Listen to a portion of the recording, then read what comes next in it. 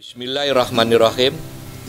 Salam sejahtera bagi segenap bangsa Indonesia, saudara-saudara dari Sabang sampai Merauke.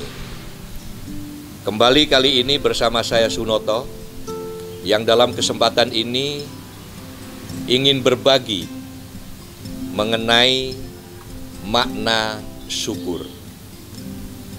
Sering sekali dalam forum-forum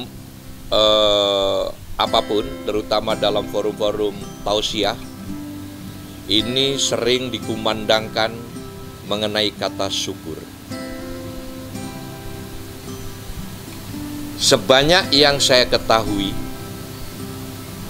apa yang disampaikan syukur selama ini hanya merupakan suatu sikap yang pasif, yang hanya merupakan perwujudan rasa terima kasih kepada Allah Subhanahu wa Ta'ala. Itu tidak salah, tetapi makna syukur yang lebih berarti adalah kita memaknainya bahwa sikap syukur adalah sebuah sikap yang aktif.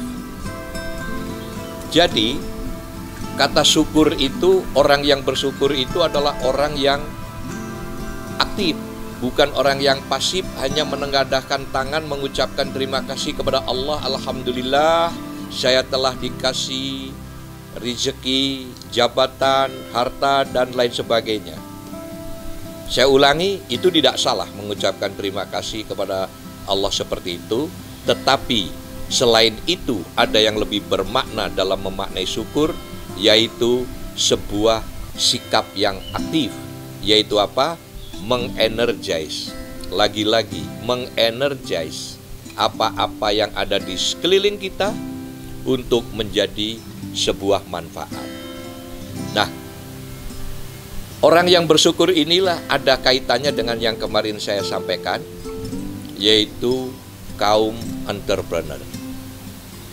Jadi kaum entrepreneur ini salah satu contoh bagian masyarakat yang mewujudkan rasa syukurnya melalui kegiatan dari hari demi hari. Itulah makna syukur yang sesungguhnya, karena di dalam referensi yang paling kuat, syukur itu di-backup oleh surat Ibrahim ayat 7. Surat Ibrahim itu surat 14. Jadi 14:7 yang bunyinya la in syakartum la azidannakum. Hati-hati kalau ketemu kata dengan nun tasjid. Saya bisa kasih contoh.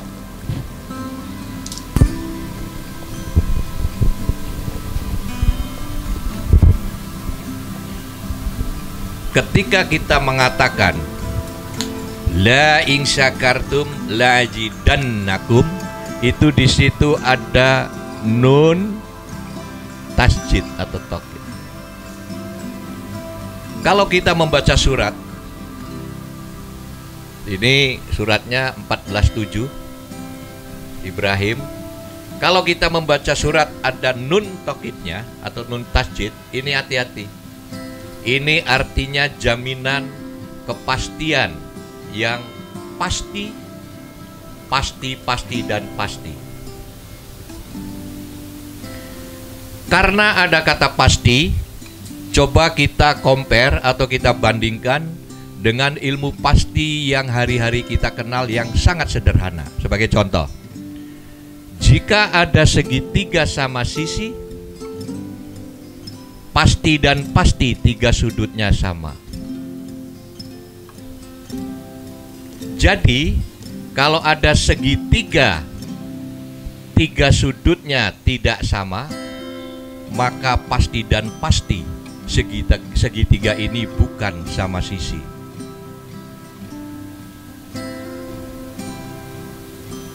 Penjelasannya dari Ibrahim ayat 7.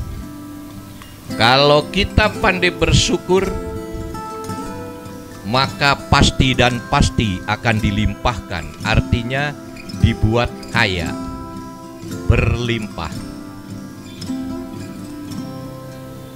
Kalau kita bersyukur, pasti dan pasti akan dilimpahkan, artinya dibikin kaya.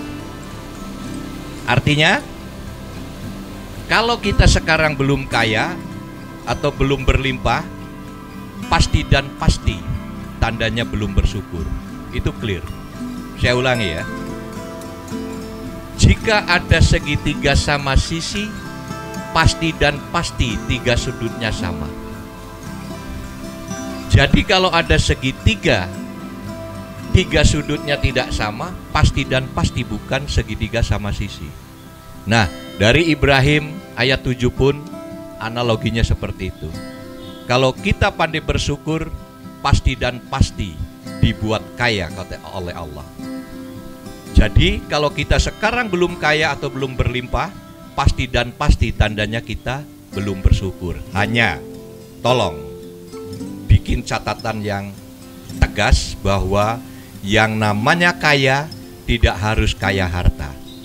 Bisa juga kaya ilmu, kaya silaturahmi, kaya komunikasi dan informasi, dan bentuk kekayaan-kekayaan lain yang sangat positif untuk kehidupan dan penghidupan kita. Jadi saya ingin jelaskan bahwa bersyukur itu bukan hanya sekedar menengadahkan tangan untuk mengucapkan alhamdulillah, tetapi sikap syukur justru adalah sikap yang aktif, bukan sikap yang pasif.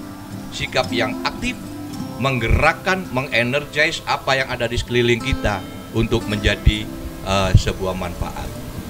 Saya kira itu penjelasan saya mengenai syukur. Dan kalau teman-teman mau melihat referensi yang paling kuatnya adalah surat 14 ayat 7, yaitu Ibrahim ayat 7 yang bunyinya la in syakartum la azidannakum, dan seterusnya dan seterusnya.